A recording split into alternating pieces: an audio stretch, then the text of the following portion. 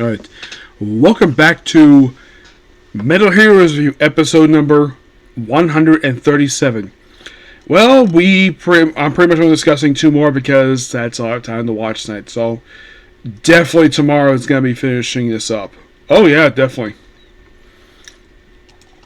So basically we're discussing Janperson, episodes 43 and 44. This is the two-part that ends the Super Science Network. So we finally figure out what Ranko's plan is. And her plan is to eradicate humanity because she thinks they're poisoning the planet. I'm like, wow, we're using a plot idea from Die Ranger, which came out a year prior to this. Actually, around the same time. So, we also know Ranko's backstory. Now, of the three people, she's actually human. Yeah, and we do find out that her father. Now, there's old man that Gun Gibson Janperson me in the episode. Think, oh, this is her father? No, it's her adoptive father.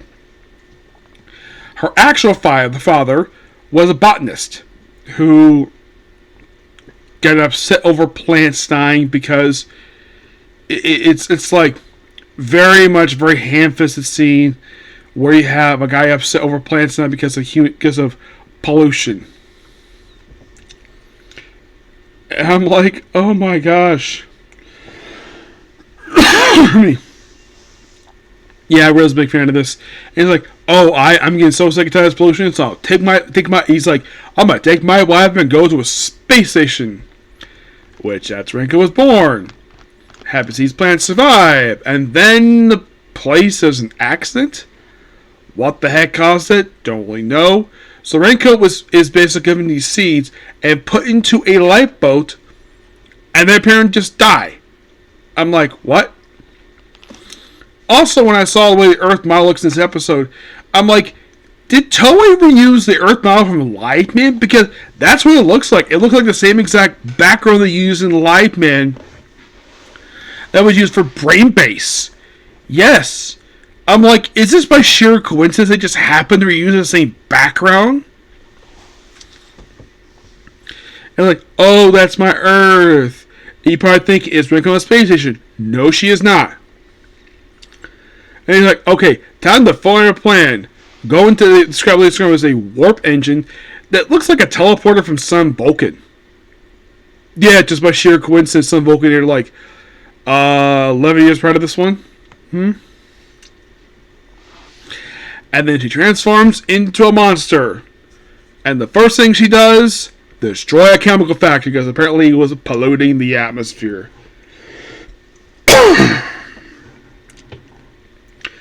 And then she shows up her hand-fisted message like, oh, there's all this garbage. And I'm like, oh my gosh.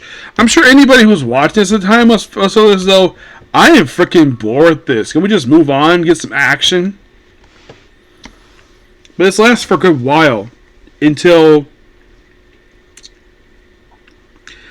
pretty much basically like, and then Janperson and Gun Gibson confront her when she's in monster form. The weapons do nothing at first. And then they give me the scientist about the father, get his backstory, and they finally meet Rank. Of course, by the way, at the start of this, they actually do find out her name.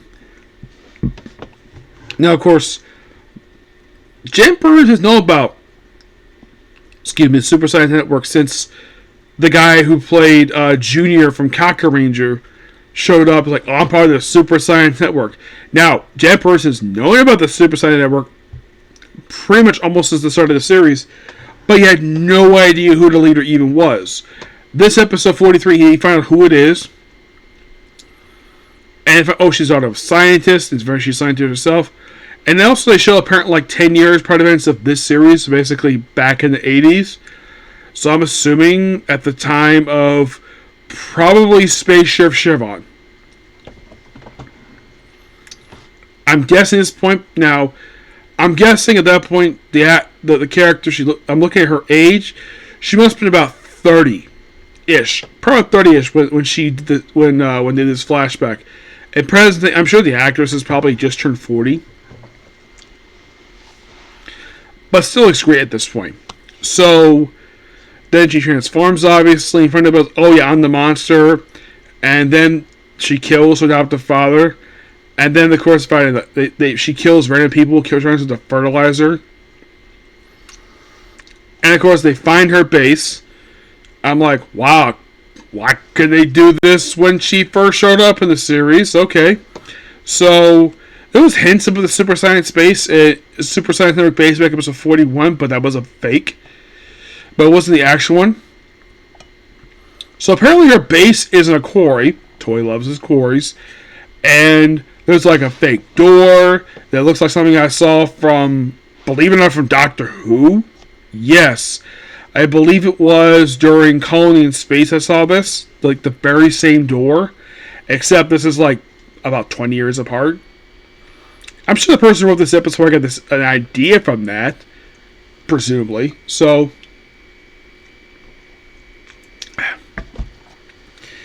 Then, of course, basically... And then, of course, they fire her outside, and she gets wounded. She actually wounded twice. First one, they shoot her with a Zen cannon. And then she goes back to her base. Eventually, they do find it. And, of course, Kara goes there, too. And she meets Ringo the first time. I'm like, wow. She meets one of the main villains of the series. And she's been a lot longer than she was. I mean, Kara debuted in episode 17. Ringo's been in episode 4. And then eventually she's defeated. Then Janperson, Gungips, and Kairu follow her into her room that she's been using since like episode... since her debut episode. Takes her for half the second time. And then she dies. They take the seeds, and then apparently with her death, the Super Science Network is done. Is the base destroyed? Not really. They just mourn her death. I'm like, okay. Interesting. I guess at this point, like, okay, she's done. Super Science Network is done. All this stuff is Neo Guild and Bill Goldie, which we're going to deal with that for the next 6 episodes. But interesting the fact that every time that Super Saiyan Network showed up, Renko has always been there, except episode 41. That was the only time that the Super Science Network showed up and no Renko, with the exception of like a picture. Now, as for why she could have been in the episode, you probably think it's because of Bill basically for this 2-parter. That is possible. But I'm thinking probably the reason why that she didn't appear a lot this series, and this is my first theory, I think she must have had another show she was working on. And she probably figured out she wanted to spend more time with that. And she probably had to go...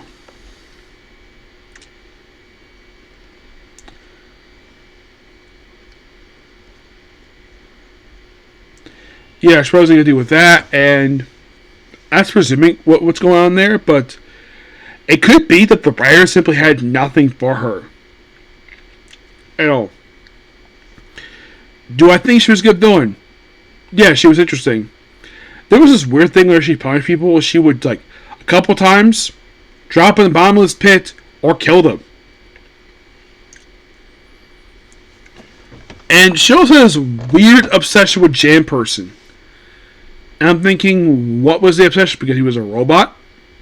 She made bio-monsters throughout the show. There was nothing mechanical about her stuff the whole show.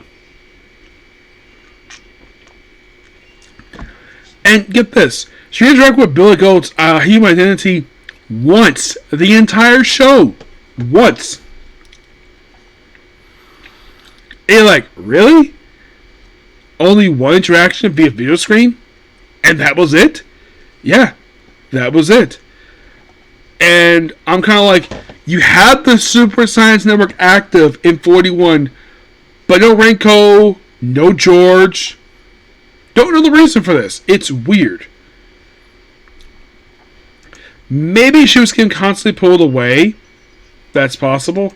But you're thinking, what about George's active? Why wasn't he in 41?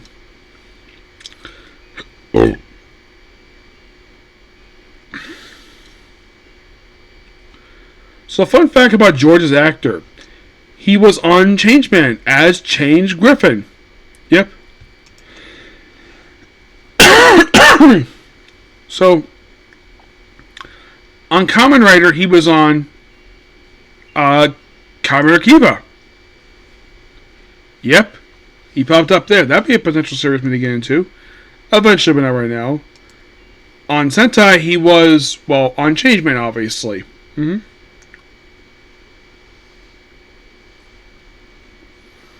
Changeman and Flashman. Mm-hmm.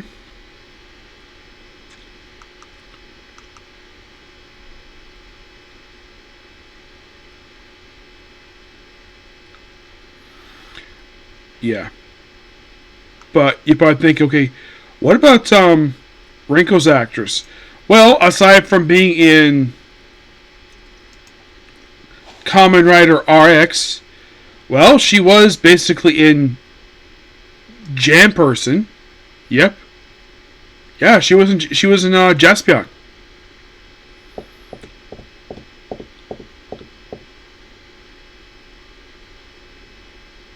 Now the show aired, I think it was in, let's see. The show, her first appearance was 1985, made her debuts, I'm guessing probably 84.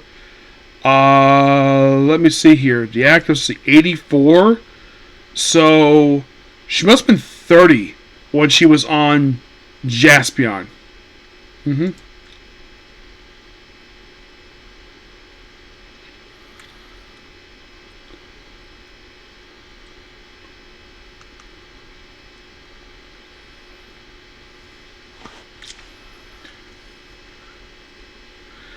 Yeah, and the only thing she ever did for Kamen Rider was just Black RX. Apparently, currently she's 71. Yep, 71 years old. And this series was her final Sentai series she ever was in. You're like, really? Yeah, really. Her last one. She never did any more Sentai after this. She never did any more Metal Heroes.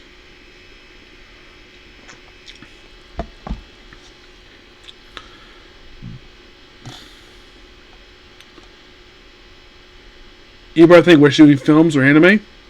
She was anime, but not really, no. Maybe they just didn't have a lot for her to do. Oh, and she's happily married to an actor by the name of Ryosuke Anati. And they have 2 kids together. And one of them is an actor. Yeah.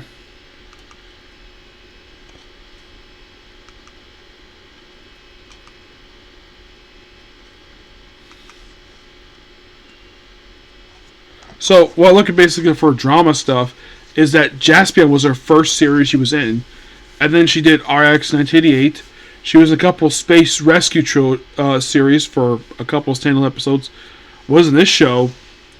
And that's all she did for Toku. Just those shows. She never did Sentai. But you would think, great actor she is, like, appear in Sentai. Nope, never did. As to why, no idea why.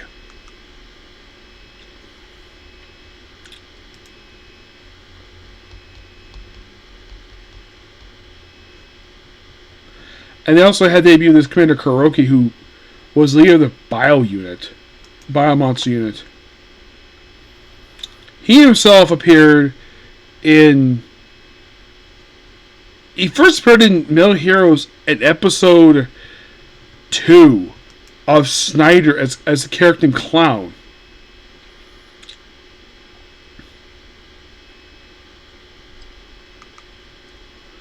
Yeah.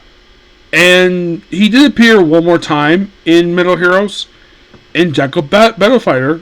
And then he popped up in Gal Ranger for a few episodes. Yeah. But what I think of these 2 episodes, they were interesting. They weren't as really well written as basically those other episodes.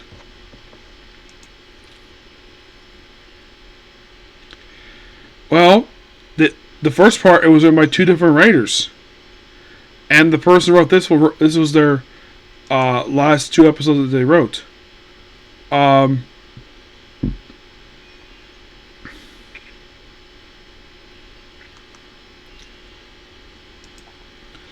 So I would say this two-parter was okay. Not terrible, okay. Mm-hmm.